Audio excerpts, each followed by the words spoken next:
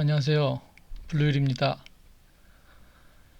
삼성전자는 제가 별로 종목으로는 생각을 안 하는데, 왜냐면 워낙 시총이 크고 실질적으로 우리나라를 대표하는 종목이다 보니까 그냥 종목이라기보다는 지수, 뭐 우리나라 그 증시 자체 그렇게 생각을 하기 때문에 굳이 이제 그거를 이제 장기 투자의 관점이 아니면, 물론 그것 장기로 들어간다 하더라도 그 코로나 팬데믹 때 유동성 랠리 때 그 고점에서 잡으신 분들은 10만 원이 가니 하는 어떤 그 기대감 때문에 잡으신 분들도 있겠지만, 궁극적으로는 간다고 생각을 합니다. 근데 기간의 문제일 뿐이지. 그래서 삼성전자 10만 전자 얘기가 많이 나오고 그러는데, 그래서 삼성전자에 대해서 오늘 지금 실적 발표도 있었고 그래서 간단히 공부를 좀 해봤습니다. 뭐 깊이 들어간 건 아니고요. 그래서 이제 일단 간단히 좀 설명을 드리면서 좀 생각을 좀 해보는 시간을 가져보도록 하겠습니다. 먼저 그 2017년도, 18년도에 이제 반도체 가장 최근에 반도체 붐이 불었을 때, 그때가 이제 데이터 센터 관련해 가지고 그 그때 이제 그 반도체 붐이 생겼을 때 엔비디아, 그다음에 어플라이드 머티리얼즈, 삼성전자의 그 상승률을 한번 비교를 해봤는데요. 17년, 18년도가 이제 그때가 좀 피크였기 때문에 16년도, 17년도, 18년 순으로 해가지고 비교를 해봤습니다. 엔비디아 같은 경우는 16년도에 224% 상승, 17년도에 81% 상승, 그리고 18년도에는 31%가 하락을 했습니다. 그 다음에 어플라이드 머티리얼즈는 16년도에 73% 상승, 17년도에 58% 상승, 그리고 18년도에는 36%를 하락을 했고요. 그다음에 이제 마지막으로 삼성전자 같은 경우는 16년도에 43% 상승, 17년도에 41% 상승, 그다음 18년도에 24% 하락으로 마감을 했습니다. 아무래도 엔비디아나 어플라이드 머티리얼즈에 비해 가지고는 율이 확실히 적죠. 그 상승하고 하락하는 게. 그리고 이제 작년을 비교해 봤는데, 작년 상승률은 엔비디아는 239%, 그리고 어플라이드 머티리얼즈는 66%, 근데 이제 삼성전자는 42%를 상승을 했습니다. 그러니까 이것만 봐도 그 이제 아무래도 차이가 나죠. 그리고 우리나라의 삼성전자의 어떤 그런 방향성이 엔비디아나 어플라이드 머티리얼즈하고 비교를 해봤을 때 이제 어느 정도 약간의 유추는 가능하지 않나, 그렇게 생각을 해봤습니다. 그리고 삼성전자의 이제 그 주봉, 일봉, 그다음에 200분봉을 비교를 해봤는데요. 일단 주봉 보시면 그 2021년 12월에 그 고점이 이제 8만 800원인데, 그 고점을 돌파를 하느냐가 가장 관건인데, 일단은 뭐 9만 전자, 10만 전자를 가려면 일단 8만 전자가 안정적으로 돼야 되겠죠. 근데 지금 아직은 저항에 부딪히고 있는 것 같고, 그래서 이 라인만 올라서 준다면, 그래 8만 원 위로만 올라서 준다면 조금 더 한결 가벼워지지 않을까, 그렇게 생각을 해봅니다. 그래서 일단은 8만 800원 저항 돌파가 관건이고요. 근데 이제 일봉상으로 보시면 지금 이제 2022년 가을부터 해가지고 어떤 이 추세선 라인에 계속 바닥은 지지를 받고 있고, 그 다음에 이제 윗부분도 일단은 저항을 받고 있는데, 연초에 들어가지고 한번 트라이를 하다가 지금 살짝 밀리고 있지 않습니까? 근데 그 지금 이 이제 55일선 같은 경우가 7만 3천 원 부근인데, 이 라인을 어느 정도 지켜주면서 이 정도에서의 박스권을 그리면서 이제 우상향을 해주지 않을까, 그런 생각을 해봅니다.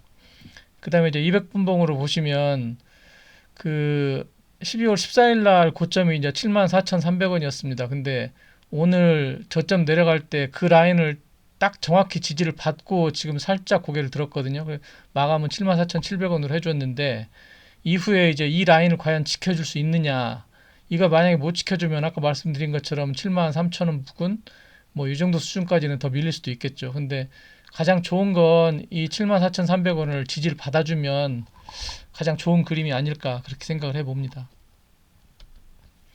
그 다음에 이제 외국인 포지션을 한번 보시면 그 작년 11월 이후에 순 매수량이 5,082만 8,727주입니다. 이게 보시면 11월 이후에 이 빨간 게 외국인인데 계속 늘어나는 걸 볼 수 있죠, 물량을.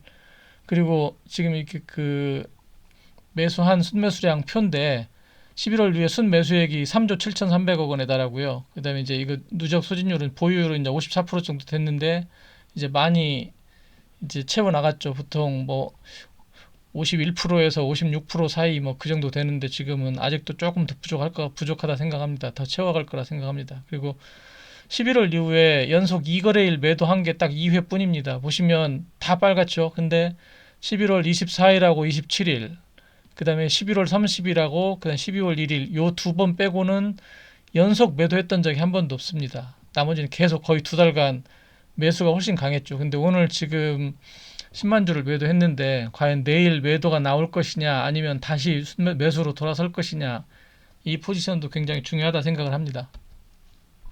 그러니까 오늘 지금 실적 발표해서 가장 문제가 됐던 게 이제 반도체 쪽에 손실이 1조 8천억이 나온 게 가장 컸는데 이게 없었다면 4조 6천억 4조 6천억 영업이익이 났겠죠. 근데 이게 그 마이너스가 아니었다면, 제로였다면 그 정도 됐을 텐데 아무튼 제법 그 손실이 일단 크긴 했지만 이건 뭐 예견됐던 일이고, 그다음에 올 1분기부터 해가지고 그 손실은 계속 줄어들면서 우상향하고 있었으니까 이제 뭐 이건 바로 개선되지 않을까 그렇게 생각을 해봅니다.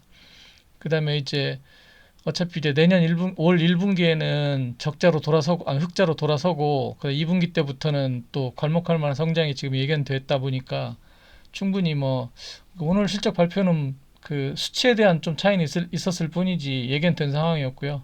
아까 처음 모두에 말씀드린 것처럼 삼성전자 주가는 종목이 아니라 이제 우리나라 시장, 우리나라에 대한 외국인들의 어떤 시선, 그다음 눈높이, 거기 따라서 이제 움직인다 생각을 하고요. 뭐 경기 선행지수라든가 이런 걸 감안해서 따라간다 생각을 하고, 어차피 바닥 인식은 지금 확실한 상황이고 손실액이 점차 감소하는 추세는 분명합니다. 그리고 비용 절감뿐만 아니라 다른 데는 다 투자를 줄이고 했었지만 삼성전자는 계속 지속적으로 투자를 했다는 점이 가장 괄목할 만한 부분이고요. 이 결실은 올해, 내년 그리고 충분히 맺을 거라 생각을 해봅니다.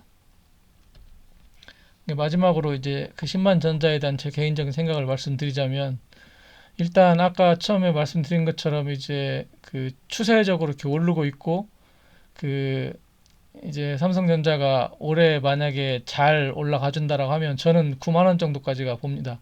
9만 원 정도 언저리까지가 일단 금년도에 어떤 한계가 되지 않을까.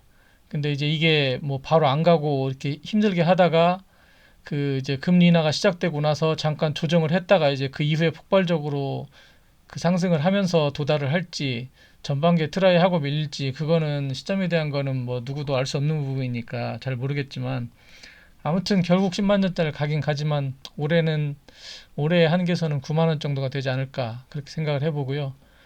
엔비디아가 지금 이제 AI 바탕으로 해가지고 지금 신고가를 쓰고 오늘도 이제 그 신고가 랠리를 다시 또 시작을 했는데, 올해도 또 불을 뿜어주고 이제 대만 총통 선거 때 이제 뭐 친중 성향이 될지 어떻게 될지 모르겠지만 거기 이제 변수가 아무래도 좀 만약에 줄어들고 좋은 쪽으로 해결이 되고, 그러니까 그 좋은 쪽이라는 게 삼성전자, 우리나라의 반도체의 좋은 쪽이겠죠.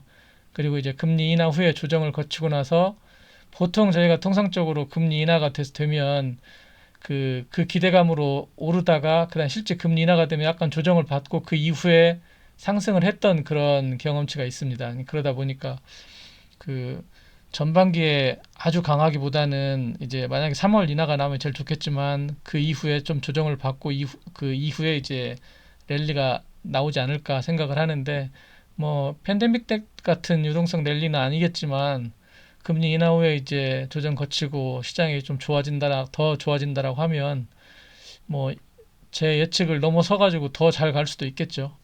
근데 어쨌거나 시기의 문제일 뿐 삼성전자, 신만전자는 결국 가리라고 봅니다. 그러니까 단지 이거를 그 매매의 성향으로 접근하기보다는 삼성전자는 투자의 관점에서 접근하는 게 맞는 거고, 지난 20년 뭐 30년을 뒤돌아봐도 결국은 삼성전자는 우상향을 했지 않습니까? 그러니까 그 긴 시간 동안 잘 참고 이제 오래오래 투자를 하시고 그러다 보면 그 우리 때 아니고 자식 때 가서라도 큰 결실을 맺지 않을까 그렇게 생각을 해봅니다.